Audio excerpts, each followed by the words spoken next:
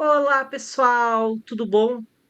Diz uma máxima que só tem doença quem faz exame. Eu acho essa lógica péssima. Mas, né, como a gente tá no Novembro Azul, a gente tá falando de prevenção, a gente tá falando de saúde masculina, eu acho que é o momento pra gente conversar sobre isso e poder pensar, será que realmente essa é uma boa lógica para viver?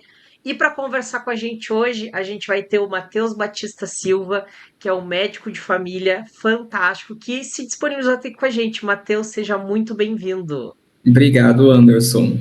Querido, te apresenta um pouquinho para o pessoal, conta pra gente de onde é que tu é e o que que tu faz. Vamos lá. Então, meu nome é Matheus Batista Silva, né? Como você já me apresentou. Para quem não está vendo, né? Está só ouvindo.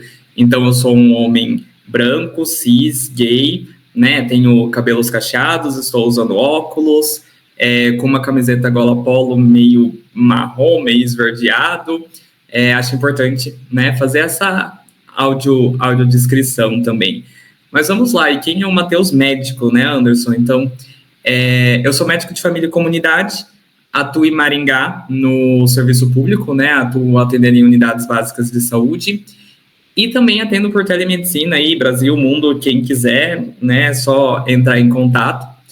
E tenho pós-graduação em sexualidade humana e também tenho curso voltado para atendimento da população LGBTQIA+, né? Então, é, como parte da comunidade, eu acho que a comunidade ela precisa de profissionais capacitados. Então, por isso que eu atuo também com foco um pouquinho nessa parte, E o quão com essas impor- pessoas. e o quão importante a gente ter profissionais da comunidade, né, que possam atender a gente sem a gente precisar se preocupar com microagressões, a gente precisar educar, às vezes, os Educar, profissionais que a gente tem. Isso é tão importante, né, querido?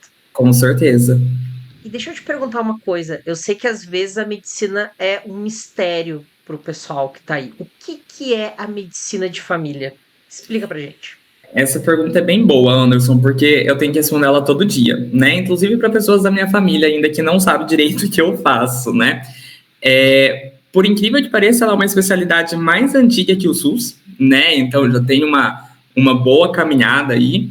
E as pessoas realmente não sabem, porque não é uma especialidade muito falada. Então a primeira coisa que eu gosto de falar é que é uma especialidade. Né? Às vezes acha que a pessoa, médico de família, ou é o recém-formado, ou é aquele que só trabalha no postinho, entre aspas, porque trabalhar no postinho é muito difícil, né? Mas não. Então começamos que é uma especialidade. Então, para eu ser médico de família, eu tenho que fazer, no mínimo, além da faculdade, 2 ou 3 anos. Né? Então, começa por aí. E a gente gosta de falar que a gente é médico de gente. Então, a gente não coloca as pessoas dentro de uma caixinha. A gente não coloca, eu vou atender só a parte relacionada ao coração. Eu vou atender só a parte relacionada ao estômago, enfim. Né? A gente chama esses especialistas de especialistas focais, que são muito importantes também. Mas nós, médicos de família, né, a gente atende pessoas com doenças, ou às vezes não também. Às vezes a pessoa não tem uma doença e tem algum motivo que a levou a procurar um profissional. Né? Então, Matheus, você atende criança? Atendo. Você atende adulto? Atendo. Idoso, pós-luto, gestante, né? Paciente com hipertensão, paciente com hipotireoidismo, paciente com diabetes. Então, na verdade, saúde mental, quase todo dia agora, né? A gente tá vendo um aumento grande de problemas de saúde mental. Então, a gente atende pessoas. E qual que é a diferença, então, de um especialista focal? Né? Então, vem um paciente para mim que está com hipertensão. Seria muito fácil olhar o protocolo de hipertensão e ir lá e medicar esse paciente. Mas, poxa, o que a hipertensão representa para esse indivíduo? Às vezes pode ser um indivíduo, sei lá, caminhoneiro, que às vezes tem dificuldade de adequar a alimentação. Às vezes é uma pessoa que perdeu um pai ou uma mãe por conta de um infarto, e daí ela tem muito medo da hipertensão, e essa hipertensão para ela gera uma angústia, né? Então a gente trabalha com a pessoa.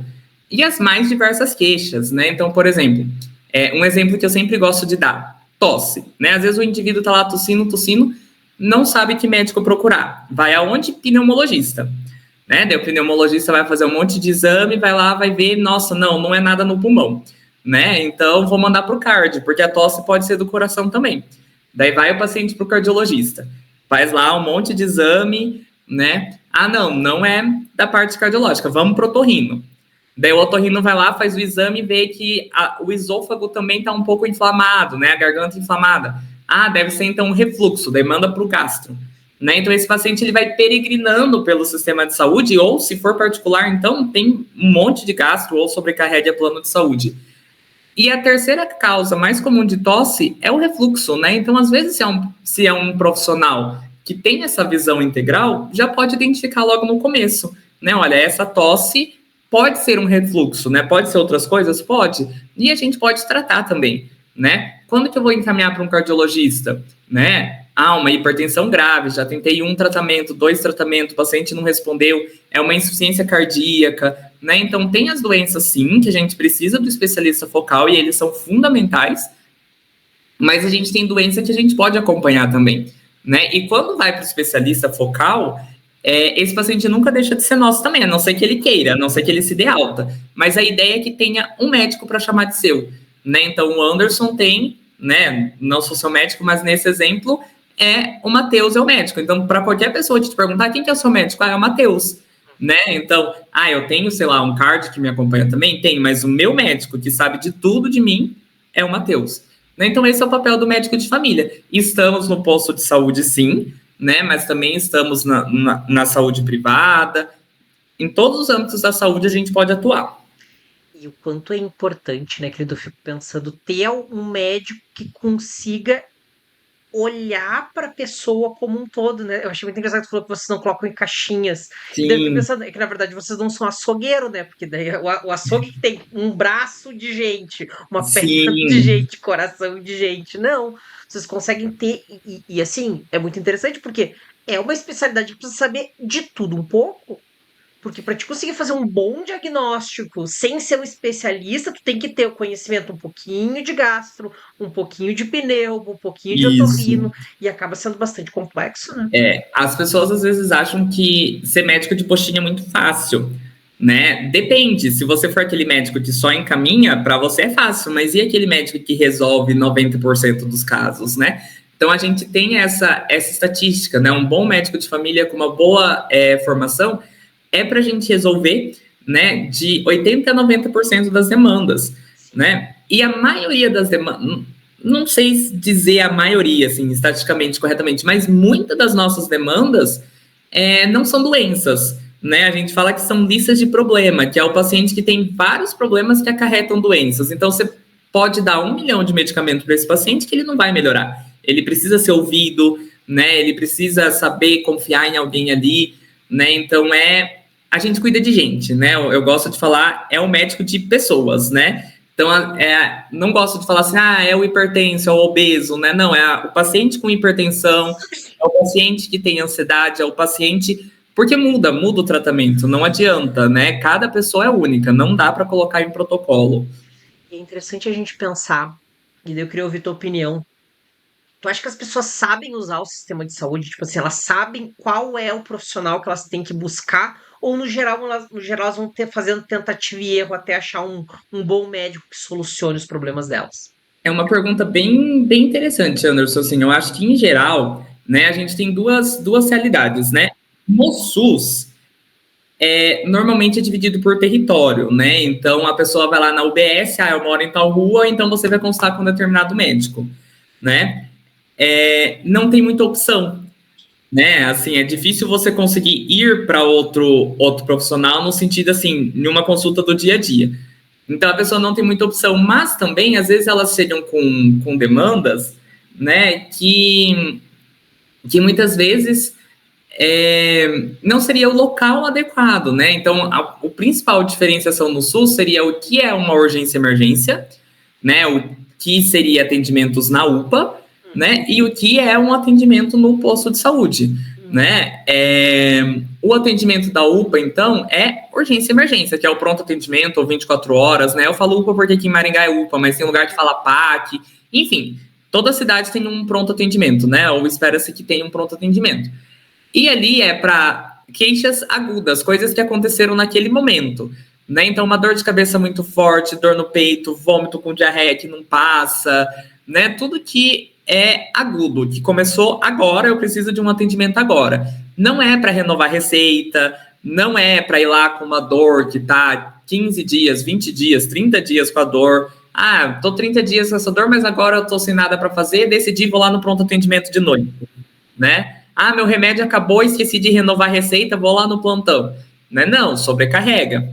Em contrapartida, a unidade de saúde, ela é para fazer esse acolhimento, né, de queixas crônicas ou também queixas agudas que não são tão urgentes. Então, por exemplo, uma gripe com dor de garganta. O paciente ele precisa ser atendido, mas ele não precisa ser atendido exatamente naquela hora, né? Então, seria essa divisão no sistema público. No setor privado, quando as pessoas têm a opção de escolher onde elas querem ir, né, tem o plano, eu acho que tem uma busca muito grande ainda por profissionais focais, né? Então, os pacientes acham que vão estar sendo melhor atendidos se eles forem direto num pneumo, direto num cardiologista, e acaba pingando em vários médicos, sabe? Tem pessoas que eu conheço que falam assim, quem que é seu médico? Eu tenho fulano, fulano, fulano, fulano, fulano, né? E os planos de saúde já observaram também que médicos de família, em alguns países do mundo, você não pode ir para um médico mesmo pagando, né? Você não pode ir para um médico particular se o seu médico, um médico específico, se o seu médico de família não te indicar, né? E o Brasil está caminhando para isso nos planos de saúde. Então, tem alguns planos de saúde que já estão fazendo o que a gente chama, né, de cada paciente tem o seu médico, né? Eu trabalhei em um há algum tempo atrás, e os pacientes começaram a gostar. Nesse ponto, a pandemia nos ajudou, porque virou um ponto, assim, os hospitais lotados, então o pessoal ia lá para ser atendido, e via que o tratamento era diferente, né? Então, eles tinham toda a rede desse plano de saúde para ir, era um plano aberto, então ele podia marcar o gasto que ele quisesse, marcar o pneumo que ele quisesse, mas ele fazia opção por atender lá, porque ele sabia, né, que o Matheus, que a doutora Rita, enfim, que outros profissionais conheciam eles, né, e que ali do lado tinha o fisioterapeuta, ali do lado tinha Nutri, e a gente trabalhava em equipe, né, então é uma especialidade, eu sou suspeita em falar, né, mas eu acho ela perfeita, assim, né. Que bom. E o quão é complexo isso, né, porque eu fico pensando, às vezes, quando o paciente vai pipocando entre médicos especialistas, né, especialistas tu também mas tipo, focais, como tu falou, né, o quanto às vezes eles não se conversam, porque daí Não tem. é o gastro e daí o pneumo, e daí se o paciente não faz esse movimento de botar os dois para conversar, eles vão às vezes vão estar tratando a mesma coisa de formas diferentes de fazer a utilização desse serviço, né. Com certeza. Eu já peguei paciente que usava, né, qual medicamento que você usa, né? Usava o AS, né, o ácido acetil salicílico, para afinar o sangue, entre aspas, na linguagem popular, e o Somalgin, que o Somalgin é o nome comercial do AS, e ele tomava os dois. Então, alguém prescreveu um dia o AS e falou que ele teria que tomar para a vida inteira, alguém prescreveu o Somalgin e falou que era para tomar a vida inteira, e esse paciente estava tomando a dose dobrada, né, estava tomando os dois. Então, assim, a gente faz isso também. Quando a gente encaminha para um especialista focal, esse paciente vai com uma cartinha, né? Olha, eu estou suspeitando disso, né? Então voltou, né? Ele vai ter que ir para outro, olha, ele já está acompanhando também, sei lá, no cardiologista, está usando essa medicação. Então, a gente faz isso que a gente chama de coordenação de cuidado também. A gente cuida desse paciente do momento que ele chega para a gente até o momento que ele quiser. Né, eu brinco assim, até que seja cuidados paliativos, óbito, e a família depois no pós-óbito, né? Então, a gente gruda mesmo. E quando a gente pensa em saúde masculina, né? Pensando, então, estamos no Novembro Azul, tô de azul, inclusive, mas não é de propósito, foi sem querer. Né, pensando no Novembro Azul, por que hoje a saúde masculina ainda é tão tabu? Por que é tão difícil convencer os homens a buscar tratamento de saúde? O que tu acha? Sabe, Anderson, na hora que você me fez essa pergunta ali, né, um pouquinho antes, assim, vamos falar sobre esse tabu da saúde masculina, né? Então eu comecei a pensar e falei assim, cara, de que homem será que a gente está falando? Porque eu tive alguns casos essa semana que me fizeram refletir.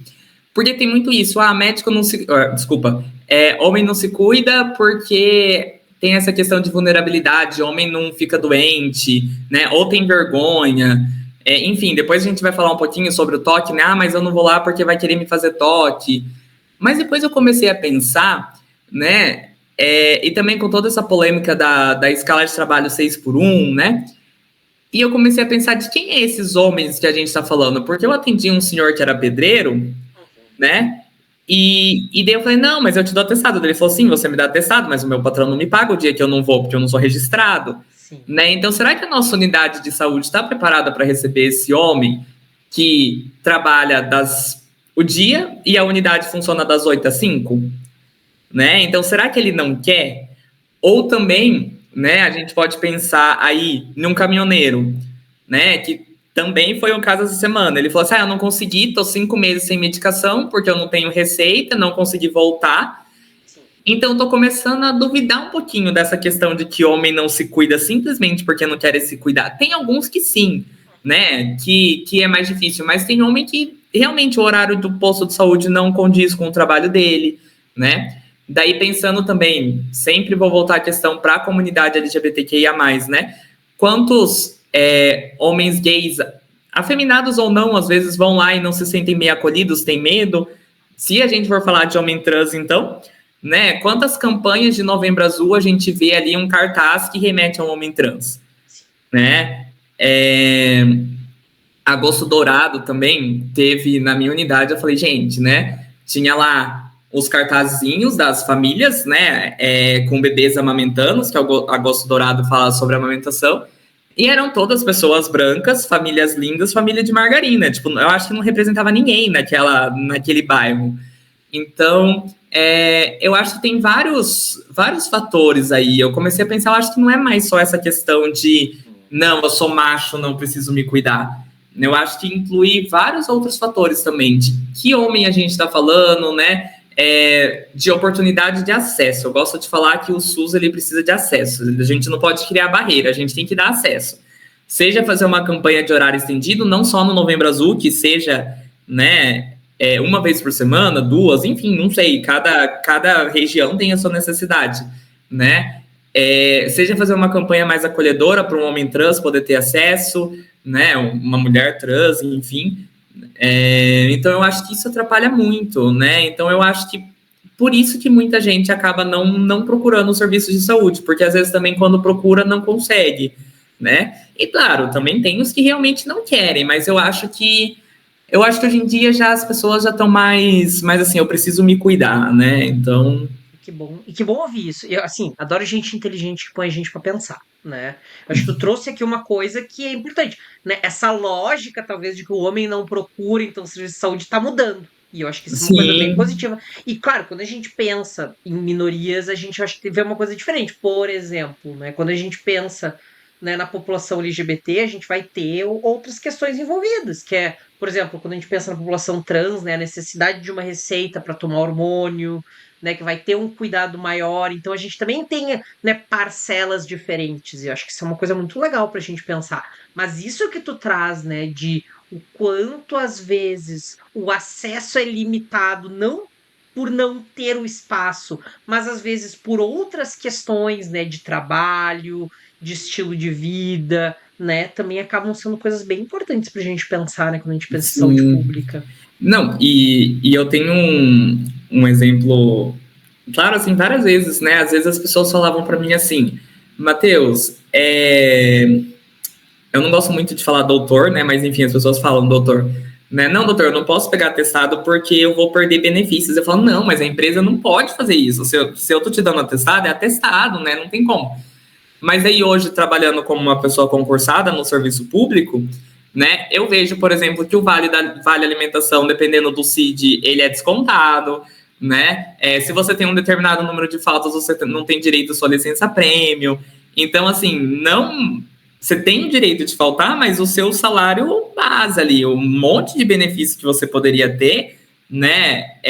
Que tudo bem, para mim, um dia que desconto no meu Vale Alimentação, não tem problema. Mas para muita gente tem, né? O vale alimentação, ele precisa daquele vale. Então, não posso ir no médico porque eu não posso ir no médico. Vou trabalhar até não conseguir, né? Então, existem esses outros fatores também que a gente precisa observar e estar preparado também, né? Pensar em outras formas, eu também não sei, por mais que a gente, né, raciocine, né? Eu fico pensando pro gestor, né? Bom, como que eu vou fazer para fazer uma UBS 24 horas, né? Se mal é mal, a gente tem médico para ter essas 8 horas. Como que a gente faz tudo isso? Não sei. Jogando aí para a gente pensar, né? Vai ser complexo, né, na verdade, porque e pensar um sistema de saúde é pensar, né, a vida da comunidade. E às vezes, né, o quanto cada uma dessas coisas vai alterar se esse serviço de saúde é acessível ou não. Ao mesmo tempo, a gente sabe, o custo de um médico é caro para o sistema de Uhum. saúde, né? Às vezes, né, dependendo, uma coisa é Porto Alegre, né? Estou em Porto Alegre. Porto Alegre tem médico a dar com rodo, por quê? Porque a gente tem todas as especialidades possíveis aqui. Agora, sei lá, tu pega uma cidade no interior de Santa Catarina, aonde a residência mais perto é 500 quilômetros de distância, será que vai ter médico para aquele lugar? E daí isso torna ainda mais difícil conseguir fazer esse processo, né? Sim, e é daí que a gente entra na questão do médico de família trabalhando no território, né? Então, como a gente tem um território definido, a gente consegue pensar nas demandas para aquele território, Claro. né? Então, não adianta eu fazer uma campanha de Novembro Azul de um jeito se no meu território praticamente são trabalhadores em horário comercial, né? Que não vão. Então, eu vou ter que pensar em uma campanha à noite, né? Não adianta eu fazer uma campanha de Novembro Azul para homens idosos se na minha área só tem jovem, né? Então eu preciso conhecer, preciso do território, né? Então acho que tudo isso acaba se interconectando, assim. E eu fico pensando, né? E eu queria ouvir tua experiência, o quão difícil é seduzir essas pessoas a entrar no posto também, né? Ou no Uhum, serviço, né? O quanto é difícil conseguir convencer as pessoas a frequentar o lugar, a pensar, né? Eu quero perguntar depois sobre prevenção. Mas, tipo assim, se essas pessoas não entrarem lá dentro, fica muito difícil também de poder com certeza, fazer qualquer tipo de trabalho, né? com certeza. E talvez essa seja uma pergunta interessante, assim, né? Pensando assim na tua experiência dentro do sistema de saúde, assim, hoje vocês têm conseguido trabalhar mais com prevenção ou vocês trabalham com o problema já instaurado? Infelizmente, com um problema instaurado, Uhum. né? Diversas demandas. Isso eu estou falando da minha realidade agora, tá? Então, por exemplo, é, na prefeitura, minha carga horária é de 20 horas semanais, tá? Para eu ser o médico de uma estratégia de saúde da família, eu teria que ter uma carga horária de 40 horas, porque a estratégia pega o período inteiro realmente. Uhum. Como é que funciona na unidade em que eu trabalho? Então, tem eu de manhã, porque eu faço 20 horas, desculpa, e tem Tá. uma outra médica de 20 horas de tarde. E a gente fica chamando o que a gente chama de demanda espontânea, né? Que é aquele paciente que chega naquela hora com alguma dor, alguma coisa assim, e vai se consultar. A gente não atende com consulta agendada, né? Só que é um paciente que já está com sintoma, então ele já está com algum problema, Uhum. né? E a gente tem as duas médicas de família, que elas trabalham, né, daí 40 horas, então tem duas equipes, e daí são os pacientes da área delas, né? Claro. E as agendas estão assim, para janeiro, fevereiro, né? Então as agendas estão lá para frente. É difícil, o paciente que ele não tem sintoma, que ele quer prevenir, às vezes ele esquece da consulta, sabe? Já está muito distante. Isso que faz eles lembram esse paciente, né? Depois. Então, agora, como eu tenho especialização em medicina de família, né? Sou médico de família, então eu tenho esse pezinho ali. Eu acabo pedindo para os pacientes que eu atendo, e que teoricamente eu deveria falar assim: olha, então agora você continua acompanhando com a sua médica. Eu falo isso, mas eu falo, até você conseguir ir com ela, você pode vir aqui se você precisar, né? Vai ficar Porque eu gravado gosto. isso aí, tu não vai arranjar, vai ficar gravado, não vai arranjar incomodação com teus chefes lá. Não, não, não, não, é tranquilo, né? Então, assim, a gente vai tentando, né? Mas demanda, tipo, muita. Maringá é uma cidade que tem muita gente, né? Então, tem muita propaganda da melhor cidade do Brasil para se viver, então tá vindo muita gente, então tem que ter toda uma adaptação, né? Então, não. Assim que funciona aqui, né? Então, infelizmente, a gente trabalha mais com o problema, Sim. né? Por enquanto, tá assim, sabe? Mas, quem sabe, né? A gente consiga logo ir mudando, né? Eu acho que outra coisa também é que, às vezes, os pacientes marcam as consultas porque tem medo de ficar sem consulta, como tá lá para frente, né? Ah, não precisa, então vou marcar outra, né? Depois. Então, é uma série de fatores, tanto da parte paciente quanto da parte gestão, né? E quanto a parte médica. Então, até você conseguir fazer toda uma educação para você conseguir mudar isso, Sim. né? Vai um tempo, né? Até o pessoal criar a cultura da prevenção e não, que a gente vai falar mais um pouquinho, né? Daqui a pouco sobre essa questão da prevenção, mas até isso ser reformulado vai um tempo. Então podcast, né, vídeo no YouTube, campanha para mostrar que realmente, né? vou expressar minha opinião depois, apesar de eu odiar meses coloridos, né? Ele tem uma certa função também, né? Estamos aqui conversando sobre isso. Então, é uma mudança cultural, né? A gente precisa de uma mudança cultural. Sim. Eu vou te dizer, eu também não gosto muito da ideia dos meses coloridos, tá? Eu trabalhei uma época numa universidade, e daí, bem na época do Setembro Amarelo, era um dos meses mais difíceis, porque o Setembro Amarelo se tornava um gatilho, às vezes, para pessoas que Sim, já estavam, né, em sofrimento. E daí eu digo que quando chega setembro, eu vejo uma coisa amarela, me dá ataque de pânico. Mas é complexo, né? E daí eu acho que isso é uma coisa legal pra gente pensar, né? O quanto, de novo, pensar em saúde é pensar uma coisa muito complexa. Porque não é simplesmente a gente pensar, aí tem que ter um hospital. Não, porque o hospital uhum. é a ponta, né? E como tu tá falando, o problema já está instaurado. Conseguir criar essa cultura de fazer a pessoa procurar o médico, fazer um check-up de tanto em tanto tempo e facilitar esse acesso a esse tipo de coisa é uma coisa super complexa, né?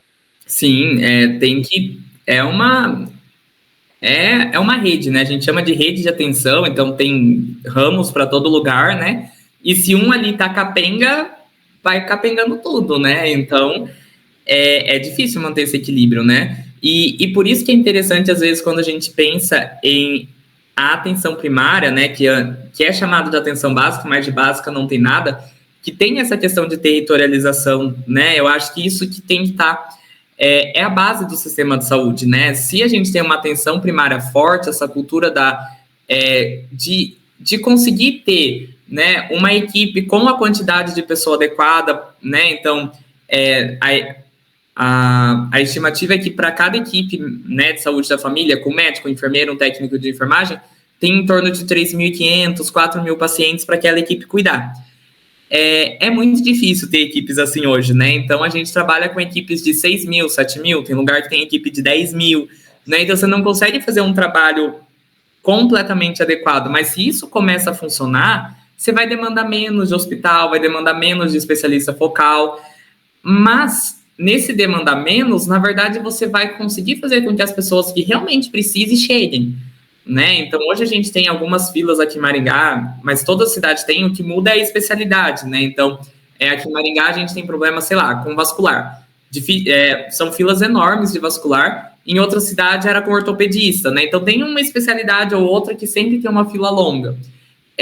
Se a gente conseguisse fazer um trabalho adequado antes, talvez a gente conseguisse fazer com que menos pessoas fossem encaminhadas, né? E não porque a gente quer segurar aqui, mas porque realmente não precisa, né? E vai um pouco da cultura do paciente também. Às vezes o paciente vai na consulta, por que você veio aqui hoje, senhor?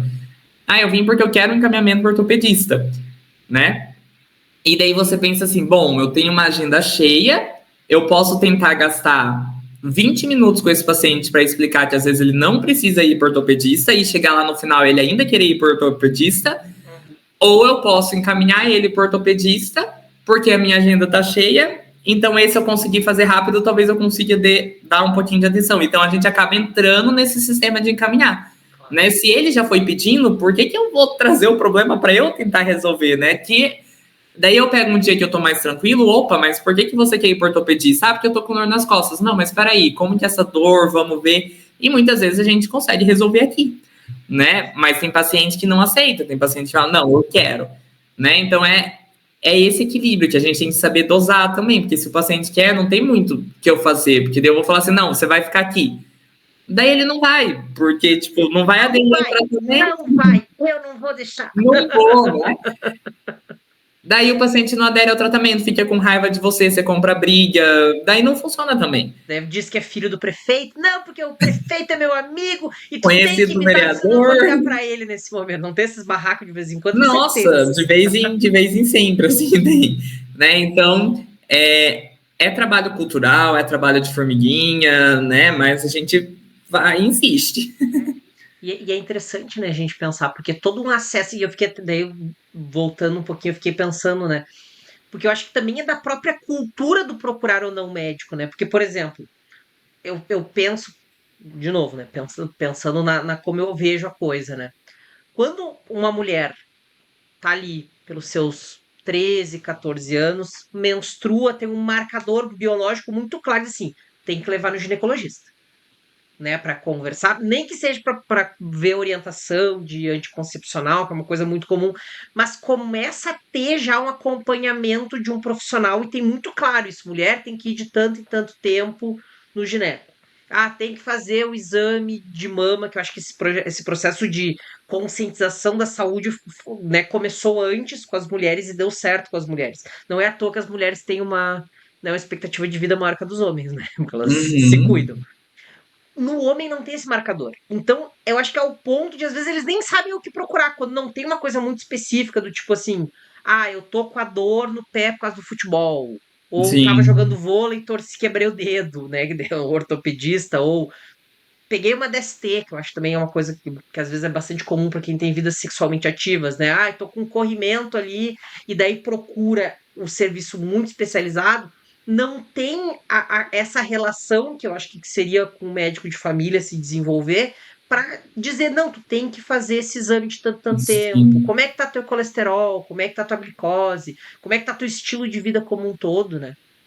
Eu acho interessante isso que você trouxe, né? Realmente, a mulher, ela já começa, né? Mas aí já começa, ó, já vou causar polêmica aqui, né? No ginecologista, por que ginecologista leva para conversar com o médico de família, Exatamente. né? Já vamos, né? Tudo isso que você falou, tirando a fratura, que daí fratura realmente, né? Sim. A gente começa a cuidar, né? Então, infecção sexualmente transmissível, né? Menstruação, avaliação de mama, né? É óbvio, de novo, não quero desmerecer outros profissionais, né? Mas, assim, para falar sobre menstruação é uma coisa comum, igual você falou, né? Tem um marco ali da mulher, né? Então, pode ser com médico de família. Claro, uma menina que tem uma menstruação extremamente irregular, que já fez exame, tá tudo normal, ou não tá menstruando, peraí, agora a gente precisa, né, do ginecologista. Agora, menstruou, opa, vamos lá, vamos no médico de família, ele orienta, né?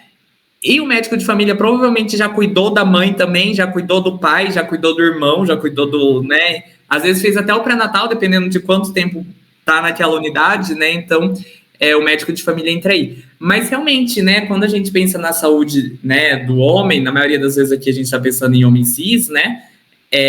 A gente não tem ali a próstata, que depois a gente vai ver que não deveria ser esse o marcador para a gente procurar, né? Mas realmente não tem, né? Uma data, um marco, né? Então às vezes a pessoa acaba esquecendo, porque você fala assim, tem pelo menos uma vez por ano, né?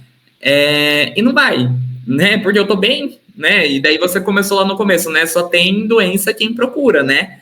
E a gente esquece que às vezes as nossas grandes principais doenças aí, né, principalmente hipertensão e diabetes, né, elas são completamente assintomáticas, né, até começar a afetar algum órgão, né, daí já foi o boi com as cordas, né, daí a gente já tem que remediar daí, né, além de medicar, trabalhar com as sequelas disso. Eu acho assim, né? Se a gente pensa num cenário trans adequado, né? Pensando no que tu tava falando, né? Da questão do cis, a gente pelo menos vai ter alguém para receitar os hormônios, né?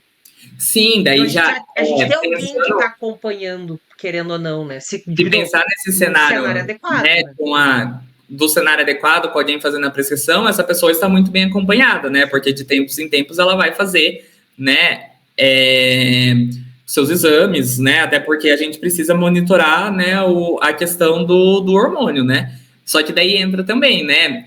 Tem que ser uma visão, o endócrino é fundamental, mas também, né, psicólogo, né, o médico de família, enfim, né? É uma equipe multi, né? É, então pensando, né, o homem trans ele tem também essa questão, ele já está sendo bem acompanhado, né? Se a gente pega um homem gay, né, que tem uma vida sexual bastante ativa, vai estar usando PrEP, então ele já está no sistema de saúde, ele vai fazer exame a cada 3 meses, pelo menos a cada 3 meses ele vai estar passando pelo médico, Sim. né? Então também já entra. Mas pensando em um homem gay que não usa PrEP, né? Em um homem cis ou, né, num homem cis, né, hétero, né? Eu tenho até amigos que são, a gente cuida também, né, do cis hétero, a gente, né, não coloca em caixinhas, né? Realmente não vai, né? Muitas vezes não vai, e seja por aqueles N motivos que a gente falou no começo, né? E é importante, né? Já puxando um pouquinho ali para a parte para a parte da prevenção. Por que eu odeio Novembro Azul e eu falo que eu não gosto do Novembro Azul? Porque a campanha é voltada para a próstata, né? O foco da campanha é um foco não adequado, né? Ia ser muito bom se tivesse, olha, homens, né? Todo novembro venham fazer seus exames, mas, né, não voltar isso para a próstata, que depois a gente vai ver o porquê, né? Mas, em geral, um adulto, uma vez por ano, passar para o médico é importante, nem que seja para o médico perguntar, né? Às vezes a gente pensa em 1 milhão de exames, mas às vezes uma pergunta, né? Você tem se sentido triste ultimamente? É um rastreio fundamental de problema de saúde mental, né? Se você vai uma vez por ano, na hora que você passar pela triagem, ou mesmo por mim, a gente vai medir a pressão. Se a pressão der alterada, a gente já começa, né, a observar com mais frequência. Peraí, não, então volta daqui uns tempos, vamos ver se essa pressão realmente está alterada ou foi uma medida isolada, né? Se eu fiz o ano passado e estava tudo bem, esse ano minha pressão deu alta, poxa, foi um ano de diferença, olha só, né? Para eu começar a ter problemas, né, de algum órgão, alguma coisa, eu preciso de 5, 10 anos com a pressão alta. Então já dá tempo de eu começar a medicar aqui, né, com medicar ou mudar o estilo de vida ou orientar que seja, né? Mas eu consegui pegar essa diferença em um ano. A mesma coisa da diabetes, a mesma coisa do que outras coisas. Por exemplo, o ano passado você não falou que estava depressivo. Olha, esse ano você já está me falando que você teve que procurar a UPA porque estava se sentindo muito ansioso, né? O que mudou na sua vida? O que aconteceu? Então, se eu consigo ver esse paciente pelo menos uma vez por ano, já dá para fazer muita coisa, né? Uma vez por ano, assim, né? Depois, cada grupo tem o seu período específico, né? Dependendo dos riscos, dependendo do que a gente encontrar nessa consulta de rotina, né? Mas um ano é o ideal, assim. Para fazer 1 milhão de exame? Não, peraí, para ver o que você tá... Se tem alguma coisa, se não tem. E se não tiver, não precisa de 1 milhão de exames, né? São alguns, assim, que a gente vai pedindo de acordo com as pessoas, depois a gente pode comentar um pouco, mas entre outras coisas, né? Uso de bebida, uso de droga, tudo isso, né? A própria relação sexual, são coisas que a gente não vê em exame, que é conversando, que é na cara a cara com o paciente, né? Então, às vezes, né, agora fazendo uma crítica a vários laboratórios, né? Não tenho medo de falar isso, que às vezes vende lá o kit homem, kit mulher, kit com um pré-determinado ali. Não, é esse exame. Peraí, né? Mas por que esses, né? Não, eu preciso conversar com a pessoa, eu preciso, né, entender, porque às vezes um exame que para um pode ser importante, para o outro não precisa, né? Então o laboratório está ganhando, né? O laboratório está ganhando, né? Então essa é a minha crítica ao Novembro Azul, sabe? Eu acho que o foco dele é errado. Se tivesse assim, não, venham para consulta médica, né? E depois eu já ia dar spoiler de algumas coisas. Não, eu já ia dar spoiler, mas eu ia estragar outra parte que eu ia perguntar para você depois, daí então... Sou ansioso. Mas eu acho que são coisas importantes a gente pensar, né, querido? Porque, tipo assim, a gente pode dizer que uma campanha bem intencionada, mas que a gente precisa talvez repensar, porque ela não tá indo pro caminho que a gente precisa. Né? Sim. Se a gente pensa que o que a gente. Porque talvez a ideia seja, vem fazer o exame de próstata, daí a gente já faz o resto junto. Sim, né? Mas é uma difícil. Coisa que pensando no homem cis hétero, meu Deus, vou enfiar o dedo no meu cu, né? Meu Deus, vou enfiar o dedo no meu cu. Sim, daí já como, né? Daí você já atrapalha também, porque ele vai falar assim, não vou lá, né? Então Tô perdendo, né? É uma campanha um pouco desfocada. Claro. Né? Então, talvez se a gente conseguisse pensar numa outra estratégia, né, para conseguir fazer com que as pessoas olhassem e no final das contas valorizar a prevenção. Sim. Né? Mas é aquela coisa, se não dói eu não vejo, né? E daí o quanto, só que quando tá doendo a coisa já tá muito grave. E daí a gente tá falando de doenças silenciosas, né? Tu falou de hipertensão, da diabetes, mas até mesmo um câncer, né? Sim. Quantas pessoas a gente não ouve, fulano descobriu câncer e morreu 2 meses depois. Sim.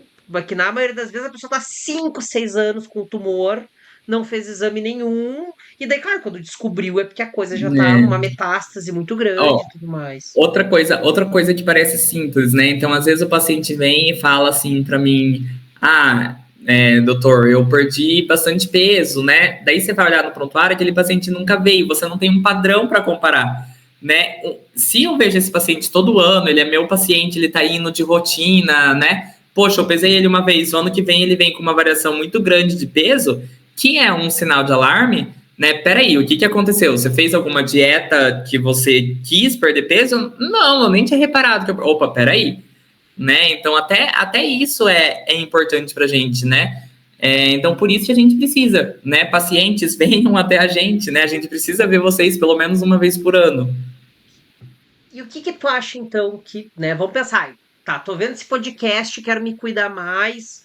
Por onde é que as pessoas têm que começar? Posso começar tentando desmistificar uma coisa? Vamos Fazer uma pergunta para você, Anderson. Então, assim, ó, foi criada essa campanha, né, realmente há algum tempo atrás, por conta, né, de muitos casos de câncer de próstata. Então, vamos fazer prevenção de câncer de próstata. Tá. Então, eu afirmo para você, Anderson, a cada 1.000 pacientes, tá? 1.000 homens cis, né? A cada 1.000 homens cis que vão lá e fazem o PSA todo ano, né? Faz o PSA, que é o exame de sangue, né? Com ou sem o toque, depende, né? Quantos que você acha que morrem de câncer de próstata em um ano, de 1.000 pacientes? De 1.000 pacientes, sei lá, 4. 4? Quase, são 7, tá? 7 morrem. Então, 1.000 pacientes que fazem exame certinho, né? Lembrando que esse exame é a partir dos 50 anos que é recomendado, né? Já vamos entrar na recomendação, mas então a gente tem 1.000 pacientes. Desculpa, a gente tem 7 pacientes que eles morrem por causa de câncer de próstata. E agora, eles fizeram sempre comparativos, tá? Desculpa, eu fiz uma pergunta errada, tá? 1.000 pacientes que não fazem. Que não fazem. 7 morrem de câncer de próstata. Agora é a pergunta de verdade. Agora eu tenho 1.000 pacientes que fazem. Quantos que você acha que morre de câncer de próstata? Se 1.000 não fazem, 7 os que fazem, imagino que menos, porque daí fizeram tratamento, ou não? Quantos que você acha? Você acha que menos? 4. Eu vou botar 4 que eu falei, 7. 7 também. Então não faz diferença de fazer o exame ou não. Pois é, aí é que entra a questão que buga a cabeça de muita gente, né? Quando a gente fala em prevenção, o que a gente quer reduzir? Mortalidade, né? Quando se começou lá no começo, o que foi pensado? Né? Bom, se o câncer de próstata aumenta o PSA, né? O PSA aumentado me indica câncer de próstata.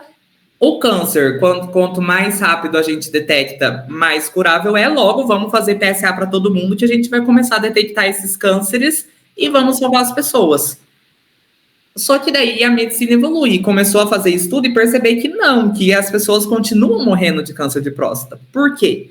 Porque esses 7 que morrem sem exame ou com exame é o câncer agressivo, é o câncer que ele vai matar de todo jeito, tá? Em contrapartida, dos pacientes que não fazem PSA, eles continuam vivendo a vida deles de boa, né? Já os pacientes que fazem o PSA, existem 250 que vão receber vão receber uma alteração de PSA. Então, a partir daí, a gente já começa com problema, porque o paciente vai começar... Essa alteração é sempre um câncer, ou não? Não. O PSA ele pode estar aumentado em prostatite, né, que é a infecção da próstata sem ser câncer. Ele pode estar aumentado na hiperplasia benigna. Sabe quando os homens às vezes falam assim, eu tenho a próstata grande? Também aumenta o PSA, né? Problema de osso aumenta o PSA, então ele não é um marcador de câncer, né? No câncer ele também aumenta, mas ele não é exclusivo. Entendi. Então essas pessoas recebem esse aumento de PSA e que pode ser um falso aumento também. E já começa a encucar, peraí, eu tenho câncer. Daí já começa o primeiro problema. Para você descartar o câncer, você não vai ver um PSA aumentado e vai deixar aquilo quieto. Você vai fazer uma biópsia. Já na biópsia, esse paciente pode ficar incontinente ou impotente, né? E alguns poucos confirmam o câncer. Desses que confirmaram, vão fazer uma quimioterapia. Mas provavelmente esse paciente ele ia morrer de outra coisa e não do câncer, né? Porque o 7 que morre é de câncer agressivo. Então, foi isso que foi visto. Os que não fazem, continuam vivendo a vida de boa. Os que fazem, que não têm câncer, muitos acabam tendo algum problema causado por um exame que foi feito, né? Então, hoje a recomendação, tanto do Ministério da Saúde do Brasil, quanto de algumas entidades internacionais, como a Europeia, né, de urologia, existe nos Estados Unidos um grupo que chama Prevention Force, né, Prevention Task Force, que eles fazem um estudo só de exames de rastreio, o que é indicado, o que não é, né? Eles colocam na categoria C. O que é essa categoria C? Né? É que eu devo discutir com o meu paciente, explicar isso. Falar, olha, né, é um exame que pode estar alterado, se ele der alterado vai existir consequências, né? Você quer fazer ou você não quer fazer, né? E a gente toma uma decisão compartilhada, uma decisão informada. Por que eles colocam isso? Porque às vezes o paciente, mesmo ouvindo tudo isso, poxa, já foi 10 anos de propaganda de Novembro Azul de que tem que fazer exame de próstata, que se não fizer exame de próstata vai morrer, né? Como que você chega para o paciente e fala, não, hoje não precisa fazer, né? Então tem paciente que coloca aquilo na cabeça e não vai ficar bem, beleza, né? Tem paciente que eu falo isso, eu falo, não, doutor, se você acha que não precisa, não precisa e vida que segue. Até os 70 anos é essa recomendação C. Você discute com o seu paciente, né, e toma essa decisão conjunta. A partir de 70, daí é completamente contraindicado, assim, né? Ah, mas eu tive um caso de um pai que teve um câncer aos 75, aos 80, né? Sim, a gente vai ter casos de câncer, porque realmente ele vai diagnosticar o câncer. Mas talvez aquele câncer não fosse matar ele, né? Então, por exemplo, meu avô tá com câncer de próstata, ele tá com 92, ele fez o diagnóstico com 70 anos e tá aí tratando e sofrendo com tratamento, já tá impotente, já tá incontinente, tem que usar fralda, para ele é uma vergonha gigantesca usar fralda, né? E então, assim, será que se descobrisse esse câncer, se não descobrisse esse câncer, né, ele não estaria vivendo melhor, talvez? Não sei, né? Não dá pra gente saber. Mas hoje é isso que os estudos apontam, né? Então é difícil a gente explicar isso para os pacientes, porque já foi 10 anos de cultura aí de Novembro Azul, né? Então por isso que eu falo que muitas vezes os exames desnecessários, eles também são problemas, né? Quando a gente brinca, às vezes o paciente fala assim, não é só colocar numa máquina ali e ver, né, da cabeça até os pés, né? Vamos ver se não tem alguma coisa. Às vezes você vai achar alguma coisa, mas será que essa coisa é aquilo que está te fazendo mal? Às vezes não, às vezes é um acidentaloma, que a gente chama. Foi um acidente que você encontrou ali um cisto, né? Só que você vai ver um cisto no seu rim e vai deixar sem fazer nada? Não vai, alguém vai querer operar. Daí se opera, daí causa infecção hospitalar, sei lá, e a pessoa morre, né? Então a gente chama de cascatas de iatrogenia, que são quando alguma coisa que a gente faz para tentar ajudar o paciente acaba levando, né, a coisas ruins. Né? Então esse é o meu grande ponto e a minha grande defesa ali do Novembro Azul. PSA não precisa ser feito para todo mundo. TOC não precisa ser feito para todo mundo, né? Só outra coisa que eu gosto de deixar bem claro aqui. Quando a gente fala nessas campanhas, a gente está falando de uma campanha populacional. Então, é pegar todos os homens de uma faixa etária e fazer PSA. Isso é contraindicado, né, a princípio. É diferente do paciente chegar para mim, Matheus, né, meu pai teve um câncer com 50 anos, né, Matheus, eu estou fazendo xixi com sangue, né, Matheus, daí é outra coisa, daí é um paciente que tem sintoma, daí a gente vai investigar, só que daí não é mais rastreio, né, então, o que seria uma campanha populacional, né, uma medida de pressão arterial por ano para todos os indivíduos acima de 18 anos, né? Isso é uma campanha populacional, não tem contraindicação, né? O exame de glicemia, agora me fugiu a idade certinho, que é o de diabetes, alguns trazem 30, alguns trazem 40, né? Enfim, daí é para todo mundo, porque é uma doença silenciosa. Matheus, o câncer é uma doença silenciosa, né? Ele mas o câncer de próstata provavelmente não vai te matar, né? Um que a gente não fala, ninguém fala isso, né? Mas é a campanha do câncer de colo e reto, né? Então, a partir dos 50 anos, teoricamente no Brasil, ainda tem indicação de fazer uma colonoscopia, né? E, por exemplo, esse câncer ninguém fala nada. Por que eu digo ainda? Porque já tem alguns estudos começando a falar que não tem benefício, mas ainda mostra que faz diferença na mortalidade. E é isso que a gente quer, salvar vidas, né?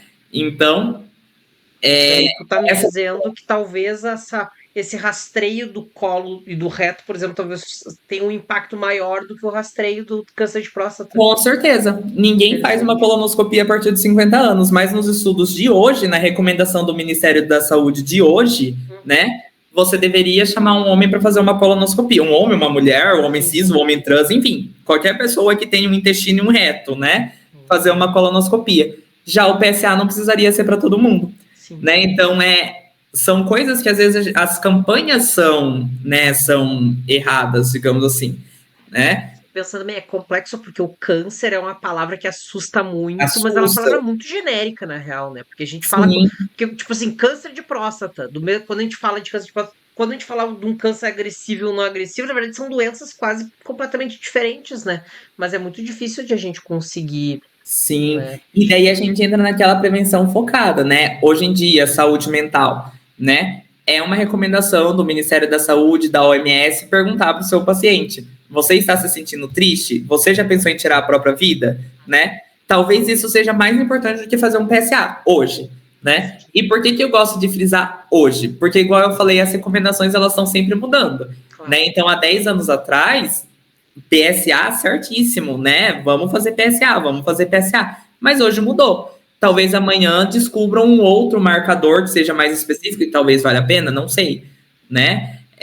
Então, essa recomendação da colonoscopia, por que eu digo hoje também? Infelizmente, o Brasil, a gente tem pouca pesquisa, Sim. né? Então, são diretrizes que a gente copia, entre aspas, da Europa, dos Estados Unidos, que tem alimentação diferente, né? Então, isso influencia também, né? Nas estatísticas de câncer, né? Então, a gente não pode simplesmente replicar. Mas enquanto a gente ainda não tem estudo nosso, a gente precisa seguir alguma diretriz, né? Sem dúvida.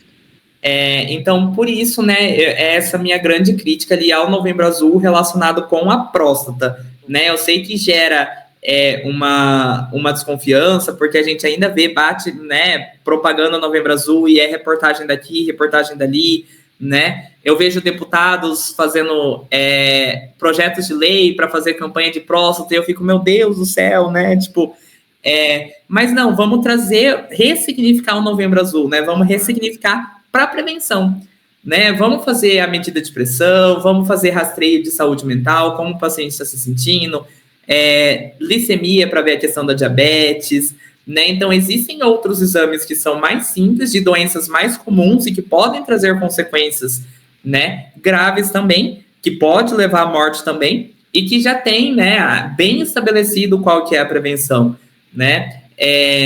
Mas, Matheus, né, eu quero fazer, não tem, daí a gente vai, você vem, conversa comigo, e a gente fala, não, tudo bem, se você quer fazer, a gente faz, né? Você sabe do risco. Não, se eu tiver um câncer no meu corpo, eu não quero saber se ele vai crescer lento ou rápido, eu quero eliminar. Beleza, você tem toda a autonomia, mas é uma decisão compartilhada. É isso que a gente gosta dentro da medicina de família, né? É uma decisão compartilhada. Então, eu vou dar um exemplo bem esdrúxulo do que seria uma decisão compartilhada, mas que às vezes os pacientes jogam tudo na gente, né? Então, aqui no posto da cidade onde eu trabalho, a gente tem dipirona gotas e paracetamol comprimido, né? Efeito de dipirona e paracetamol, apesar de tem pessoas que falam, um funciona melhor para mim, o outro funciona, teoricamente o efeito é o mesmo, né? E na hora que eu vou dar essa opção para o paciente fica assim, né? Tipo, peraí, mas é você que é o médico, você que tem que decidir. Eu não sei se você prefere comprimido ou se você prefere gotas. Então eu não vou te obrigar. Qual que você prefere? Ó, paracetamol, ele tem um efeito bom, ele é um comprimido um pouco grande, mas daí você engole uma vez só, não tem gosto, né? Dipirona é gota, é mais fácil de engolir, mas é amargo pra caramba. O que você prefere, né? Então, voltando, você vê que eu sempre volto pra medicina de família, né? Porque é meu xodozinho, assim. Tudo bem. Quando a gente tem essa decisão compartilhada. E com o exame de próstata, né, o PSA é a mesma coisa. Olha, paciente, né? Então tá aqui o infográfico do INCA, né, que é o grande hospital de câncer aqui do Brasil, do Ministério da Saúde, que mostra que hoje, né, o PSA não vai reduzir mortalidade. Talvez tenha alguns efeitos piores ainda, né? O que você prefere? Ah, eu quero fazer, eu quero não fazer. Eu tenho pacientes que optam pelos dois, Sim. sabe? Tem paciente que quer fazer, tem paciente que não quer, e beleza, né? Mas reforçando, né? Agora vamos pensar aí em investigação. Então, que sintomas eu tenho que pensar, né? Sangue na urina, a urina mudou, né? Antes eu fazia um jato lá na frente, agora o jato tá aqui pingando, né? Muita dor na região da próstata. Então, são sinais de alerta que tem que me levar para o médico. Daí é outra história. Daí nós vamos fazer PSA com certeza e vamos fazer toque com certeza, né? Para investigar isso daí. Tu Mas falou daí uma coisa, tu falou uma coisa que me chamou a atenção, que assim, dor na próstata. E será que as pessoas sabem onde é que fica a próstata? pois é, né? A dor na próstata ela é bem difícil de explicar. Até eu vou falar, eu já senti, né, dor na próstata por conta de outra coisa. E, e não foi por causa de relação, tá, gente? Foi por outra coisa, mas enfim. E é até difícil explicar, porque ela fica meio que por dentro mesmo. Então eu tento explicar assim: é como se você imaginasse seu corpo tridimensionalmente, né? Tipo um cubo, e é uma dor por baixo aqui no meio, assim, sabe? Você não consegue falar, ó, é aqui em cima, é aqui atrás. Não, é dentro, sabe? É uma dor diferentona, assim, né? Então são sinais para levar. Né? Eu acho importante a gente falar isso também, porque a gente fala de prevenção, né? Vamos fazer o exame para ver se está tudo bem. Mas é importante a gente reconhecer sinais de que não está tudo bem também, né? Então isso é consulta na certa, Sim. né? Acho que são coisas bem importantes, né? Beleza. Então vamos pensar. Mas antes de você falar isso que eu ia falar, eu acho muito legal te ouvir falar, porque às vezes a gente tem essa lógica de, não, vamos fazer um exame de tudo, vamos fazer, melhor saber. E é interessante pensar que a gente tem que fazer. A gente tem que fazer coisas com parcimônia. Principalmente quando a gente pensa num sistema de saúde também, né? Porque, tipo assim, Sim, é gasto público. Não que o Estado não tenha que gastar com as pessoas. Acho que ele tem que gastar com as pessoas. Mas, de novo, é pensar no que realmente faz sentido faz sentido fazer. gastar, Isso é né? muito legal ouvir. Eu gosto de falar assim, que não é você pegar e falar para o paciente assim, não, vamos cortar exames, não precisa fazer. Ou não, então vamos fazer essa lista inteira de exame, né? Eu sempre falo assim, não é nem a mais e nem a menos, é o exame que precisa para você, né? Eu vou considerar a sua idade, vou considerar seu gênero, seja o biológico ou seja a identidade de gênero, porque isso vai influenciar. Eu vou considerar se você já fumou alguma vez na vida e já parou, quanto tempo você parou, porque dependendo se você parou faz 30 anos, isso já não está mais interferindo. Não, eu parei faz 5 e fumava muito, fumei por 30. Opa, só 5 anos isso faz diferença. E daí, com tudo isso que você me conta, eu vou avaliar e vou pensar, não, então eu acredito que para você...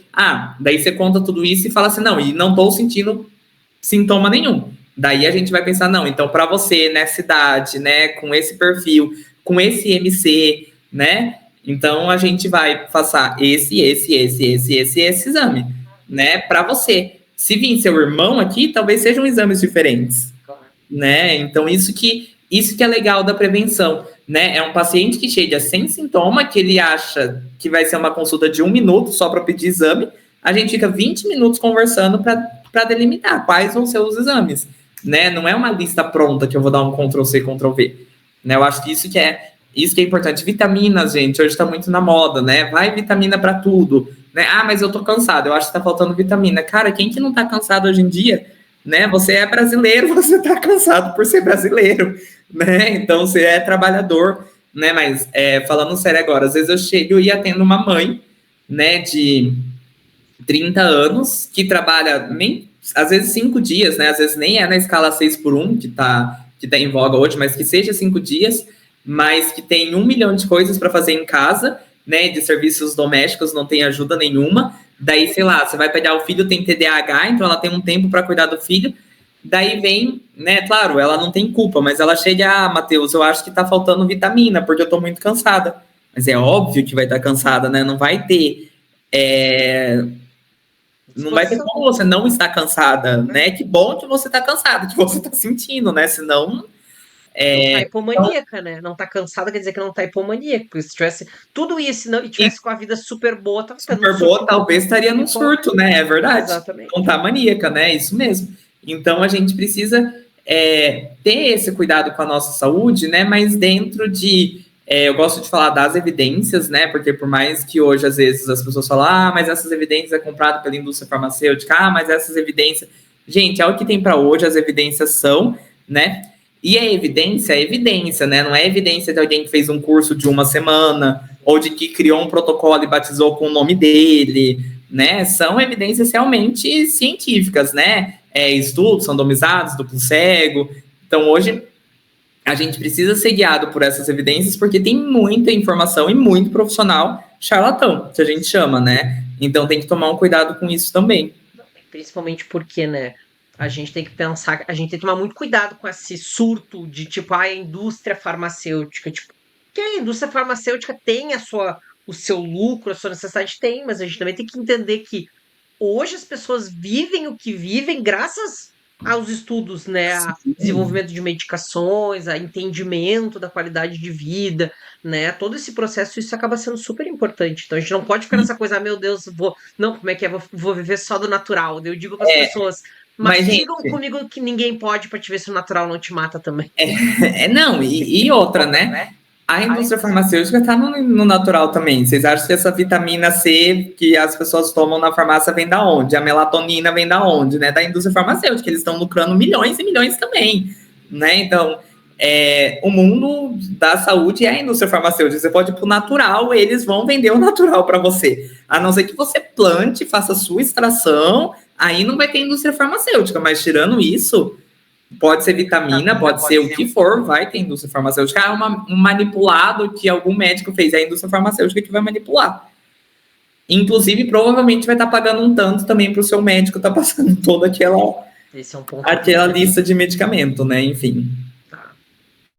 E daí, querido, eu acho que talvez tenha uma coisa que é interessante, eu fiquei pensando no Novembro Azul, né? De tipo assim, do jeito que homens são falocêntricos, talvez a gente devesse colocar uma campanha, né? Tipo, quais são as doenças que podem fazer seu pinto cair? Seria, com certeza, no outro dia estaria Né? muita Quais gente, são as né? previsões? E daí eu te pergunto, quais são essas, né? O que poderia fazer assim? Porque às vezes eu vejo pessoas falando, ai, não sei quantos pênis são amputados por ano no Brasil. Eu tava, né? Você tinha feito essa pergunta, falei, deixa eu dar uma olhadinha, né, a respeito das amputações, como que tá, né? Mas assim, ó, a principal é o câncer de pênis, né? É o câncer de pênis que é o principal, assim, disparado, né? Ou depois outras lesões mais graves, mas normalmente daí a gente entra numa coisa que às vezes eu falo, né? Eu não sei como a pessoa consegue deixar esse ponto, né? Só que daí entra todos aqueles fatores, né? Às vezes tem vergonha, às vezes tem medo, às vezes não conseguiu acesso, né? Mas a amputação ela vai ocorrer ou câncer ou lesões graves, né? E algumas outras coisas que acontecem, por exemplo, em fratura, né? Então a gente pensa que pênis não quebra, né? Quebra entre aspas, porque não é osso, mas existe fratura peniana, Sim. né? Seja em um acidente de carro ou seja aí numa relação muito intensa, né? Pode acontecer. Tá lá, saiu sem querer e foi pro lugar errado, quebrou. Então, às vezes, pode ser que precise amputar. Mas quando a gente fala do câncer de pênis, o principal fator é o HPV, né? Então, aí a gente entra na vacina, né? Que é um outro tópico importante. Então, hoje a vacina da HPV, né, no SUS, é disponível aí para os adolescentes, né, de 9 a 14 anos. E em algumas situações, pelo SUS pode ser expandida até os 45 anos. Então, pessoas que vivem com HIV, transplantados, que têm imunodeficiência, né, essa vacina pode ser feita pelo SUS até os 45. Usuários de PrEP, né, então, isso foi esse ano, né, e recentemente, né, foi liberado vacina de HPV para usuário de PrEP. Mas existe na rede particular. E daí tem aquele mito, né, que fala assim, mas é só quando não teve relação ainda. Não, tá? A vacina de HPV, ela pode ser tomada a qualquer momento. A efetividade é maior quando não tem relação, é maior, né? Porque, assim, a gente pensa que o HPV, ele é bastante comum em pessoas, né, sexualmente ativas. Só que a vacina, já foi mostrado que ela evita a progressão para o câncer, mesmo que a pessoa tenha um HPV. Então, se ela tem HPV, né, evita a progressão para o câncer. E também, se a pessoa tem câncer, ele é menos agressivo, né? Então, a vacina é importante por conta disso, mesmo que já tenha tido relação sexual, né? Agora, é importante abrir um parênteses também para dizer que são poucas pessoas que têm HIV e que desenvolvem câncer, porque senão vai pensar assim, eu tenho HPV, vou ter câncer, né? Não, né? É mais comum você ter HPV e não ter câncer do que ter HPV e ter câncer, né? Mas o principal fator do câncer, né, é o mesmo do colo de útero, né? Só que não se fala tanto porque estatisticamente é menor. Mas sabe que eu acho que isso é um erro de marketing. Que se a gente tivesse feito o marketing da vacina como uma vacina que previne o câncer, as pessoas iam fazer mais essa vacina. Pode ser vacina que previne o câncer, ao invés de HPV, que às vezes muitas pessoas Vacina não que sabem. previne que o teu pinto caia. Caia. Olha só, as pessoas iam Todo fazer. mundo, né, faria na hora, né? É verdade, não, a gente faz uns marketing tudo errado, né? E no Mas final das contas, eu acho que isso cai muito do conservadorismo também. Ah, meu Deus, dar uma vacina para uma menina é incentivar, para meninas e meninas incentivar eles a transar. Não, é prevenir que eles com sim, 40, 50 anos possam desenvolver. E não só a questão do câncer, né? Pô, um pênis com um HP, uma enorme, uma verruga de HPV também é uma coisa que, né, não é e legal de ter. Pode ser é, doloroso, pode ser, isso, né? é importante, Anderson, só a gente fazer uma diferenciação, tá? Desculpa, eu vou dar uma Vai lá, corrigidinha pequena vai aí. lá, por favor. As vacinas do HPV é dos tipo dos HPVs que levam ao câncer, tá? Uhum. O HPV que gera a verruga, por mais que a verruga seja feia, seja uma coisa estranha, ele não leva câncer. Olha Então só. é até melhor, que horrível, eu não queria nenhum dos dois. Mas é até melhor você ter aquela verruga, né, que é a verruga do HPV, porque esse é um tipo não oncogênico que a gente chama. Ah, que Então, interessante. as pessoas que têm a verruga, elas podem ter o HPV oncogênico também, mas o que fez a verruga não é, Olha né? só. Lembrando que a gente tem inúmeros tipos de HPV, né? Então, essa é a grande questão. Alguns causam câncer, outros não, né? E alguns causam verrugas e outros não. Então, ela não vai prevenir a verruga, né? A verruga a vacina não previne, porque ela é feita justamente para combater esses mais oncogênicos, né? E daí aí tem uma diferença. Pelo SUS, infelizmente, a gente tem a vacina quadrivalente, que é contra 4 tipos, Ok. né? Que são os 4 tipos mais prevalentes no Brasil. Só que existem outros tipos que causam câncer. Então, a vacina do sistema particular, né? Você pode escolher a que defende contra 4 tipos, mas também tem a que defende contra 9 tipos, né? Então, é um pouco mais ampla, né? Então, tem essa questão aí da diferença do SUS para o setor privado, né? Mas a vacina ela é específica para o HPV que pode levar a um câncer algum dia, que é os mesmos, né? Quando a gente traz aí para a saúde da mulher, que é o mesmo para o câncer do colo de útero, né? Só que na mulher é mais comum virar um câncer, né? Desenvolver para um câncer. No homem, que é o câncer de pênis, é mais raro. Importante lembrar também, agora voltando para a nossa querida comunidade LGBT, e também não só para a comunidade LGBT, né? Mas também tem o câncer de garganta por HPV, né? Que às vezes as pessoas esquecem, mas o sexo oral transmite HPV também, né? Então, a gente lembra, né, principalmente aí, a prevenção combinada, né? Porque às vezes a gente fala assim, não, vou usar PrEP e não vou usar preservativo nunca mais, né? Então, vamos tomar um cuidado também, né? Que a gente tem as outras infecções sexualmente transmissíveis, né? Eu acho que são coisas bem importantes se a gente pensar, né? Porque a PrEP tá aí, maravilhosa, né? Eu acho que vocês Perfeita, devem né? fazer A um trabalho PrEP, fantástico, mas a gente tem que se conscientizar que a PrEP, ela funciona pro HIV, ela não vai funcionar HIV, para todas as outras DSTs, e a gente sabe que elas podem ter consequências, né? Às vezes tão graves quantos, e sim, até mais graves do que um HIV tratado, né? isso, com certeza, né? Então é sempre a famosa mandala da prevenção combinada, né? Então, fazer rastreio, né? Usar preservativos, cuidar da saúde, fazer exame, né? Transar consciente, né? Porque às vezes a gente saber os riscos que você está correndo, poxa, né? Eu gosto de fazer sexo oral sem preservativo, porque, né, vai chupar bala com papel, né? Ah, beleza, vamos tomar cuidado para não ter nenhuma lesão na boca, né? Observar ali o pênis da pessoa, pensando, né, em homens gays agora, né? Vou dar uma olhadinha discreto no pênis também, não vou ficar ali, né, com o microscópio, mas dá uma olhada, será que Precisa não admirar um pouco, dar uma dá olhada, uma olhadinha, né? Vamos né? lá.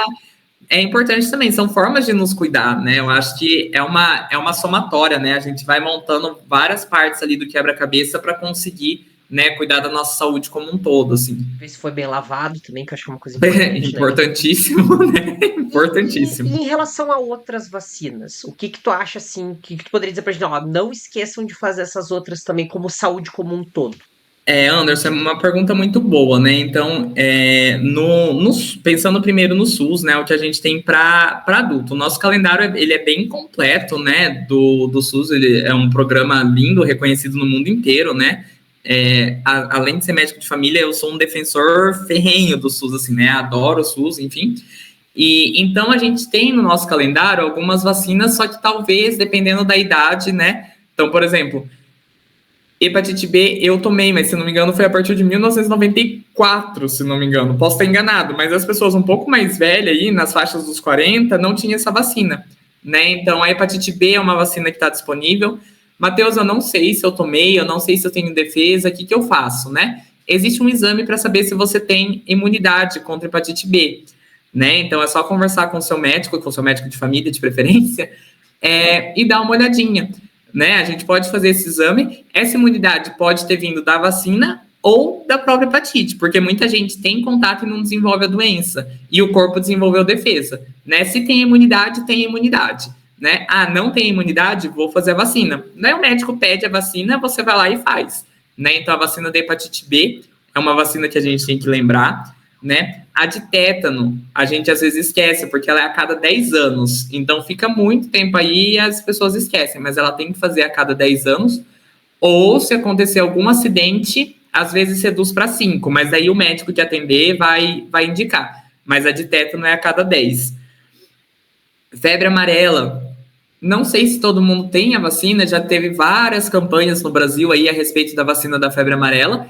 É uma dose na vida, né? Então vale a pena só conferir quem tem carteirinha, né? Dar uma olhada se tem ou não, tá? Então essas são assim de adulto pensando e a do HPV, né? Para os adultos que não tomaram aí, se tiver a possibilidade, né? Dentro do SUS de tomar até os 45, perfeito. Se não tiver, né? Daí tem algumas outras também que eu gosto de indicar além aí do HPV, influenza e Covid, né? Que infelizmente sobra vacina, né? Porque teoricamente começa ali pelos grupos de risco, mas no final abre para todo mundo e ainda jogam vacina fora, né? Eu acho isso assim, né? Ainda tem muito essa questão na cabeça que vai virar jacaré, que vai, né? Enfim, Eu né, tinha gente? esquecido Vacina, desse. eu tomo todas, assim. Você pode falar, não, eu quero ser voluntário para experimentar a vacina, assim, né? De Covid eu fiz todas as doses, influenza eu tomo todo ano, né? É fundamental, né? Lembrando, o Brasil, ele era um país livre de sarampo, daí ele perdeu por conta da vacina. Recentemente, faz pouco tempo atrás, Perdeu por conta da falta de vacina, né? da Que as falta de pessoas não estão vacina, né? levando. As pessoas não se vacinavam e voltou o sarampo, Uhum. né? Conseguimos de novo, esses tempos, mês passado ou esse mês ainda, veio certificado novamente, o Brasil está livre de sarampo, né? Os casos que às vezes tem é um caso que veio de fora, né? Então a gente considera, mas assim, se cair a vacina de novo, vai voltar, né? A polio, né? Eu lembro da polio em 2010, tinha uma campanha do Rotary que eles falavam assim, a gente tá isso aqui de acabar com a polio, né? Eles colocavam aqui e aqui no meio, porque realmente eram 3 países que tinha, né? E eram países com guerra que não se conseguia fazer a campanha, né? Agora já está no mundo inteiro de novo a polio. Por quê? Porque as pessoas não se vacinam, né? Então a gente tem o Sistema Único de Saúde com muitas vacinas, né? E além do SUS, a gente tem algumas importantes também, pensando aí na comunidade LGBT, né? Então a hepatite A é uma vacina que tem disponível, né, na saúde suplementar. Ela é feito pelo calendário vacinal agora, só que é recente, então às vezes se a pessoa é um pouco mais velha, né, os jovens adultos aí não tiveram.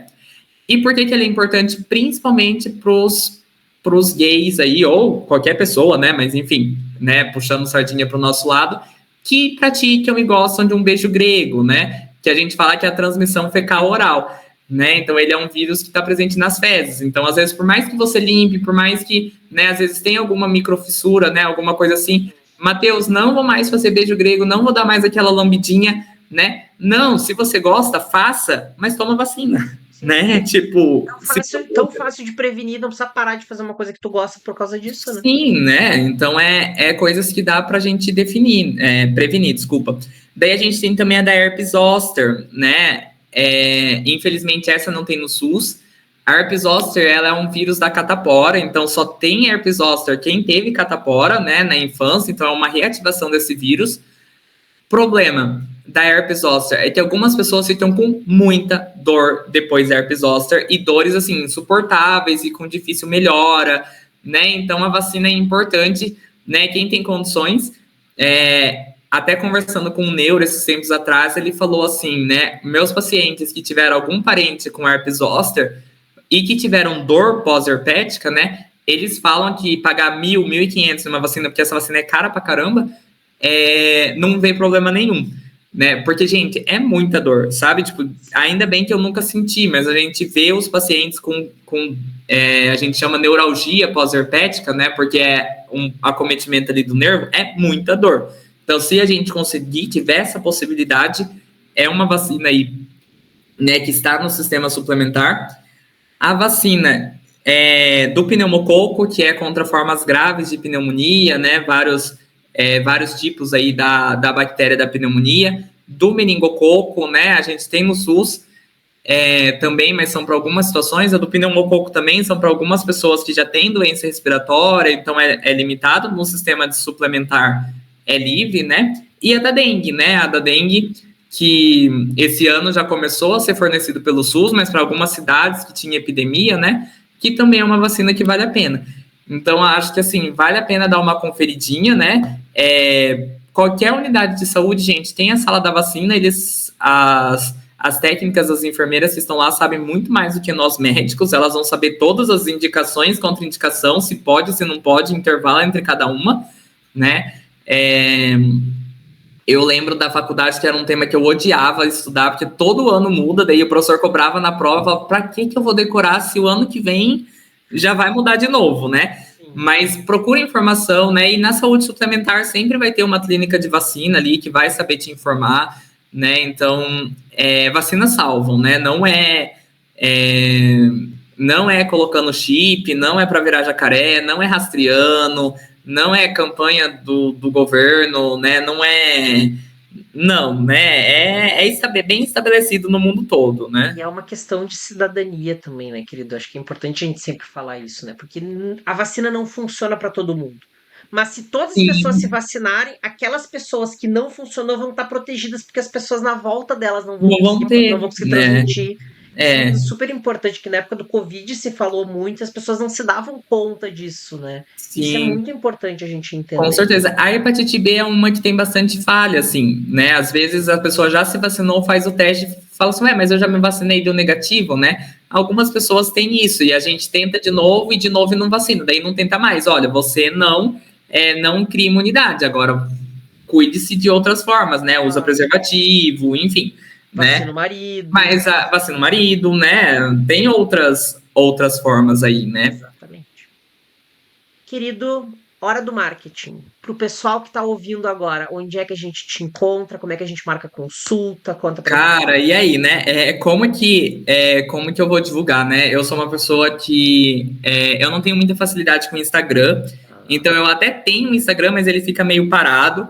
Mas então, mas podem me procurar lá, porque daí conseguem me mandar mensagem, alguma coisa assim, né? Então é Matheus Batista Silva, meu nome, underline no final. Matheus Batista Silva, underline, é o meu Instagram, né?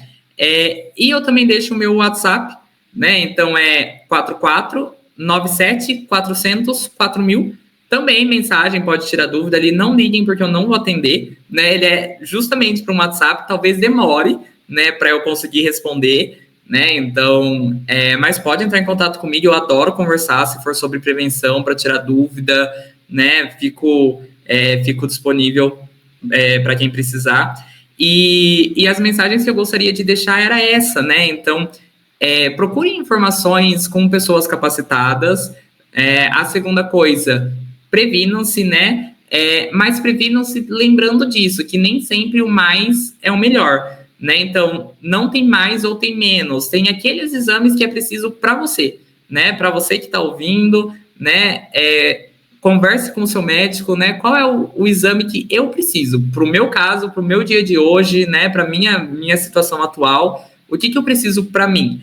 E a prevenção ela é individualizada, não tem uma receita de bolo. Algumas coisas, né, são bastante comuns, mas pode ser que você descubra que você precisa fazer um exame que você nem imaginava, né? Então eu acho que essas são as duas prevenções.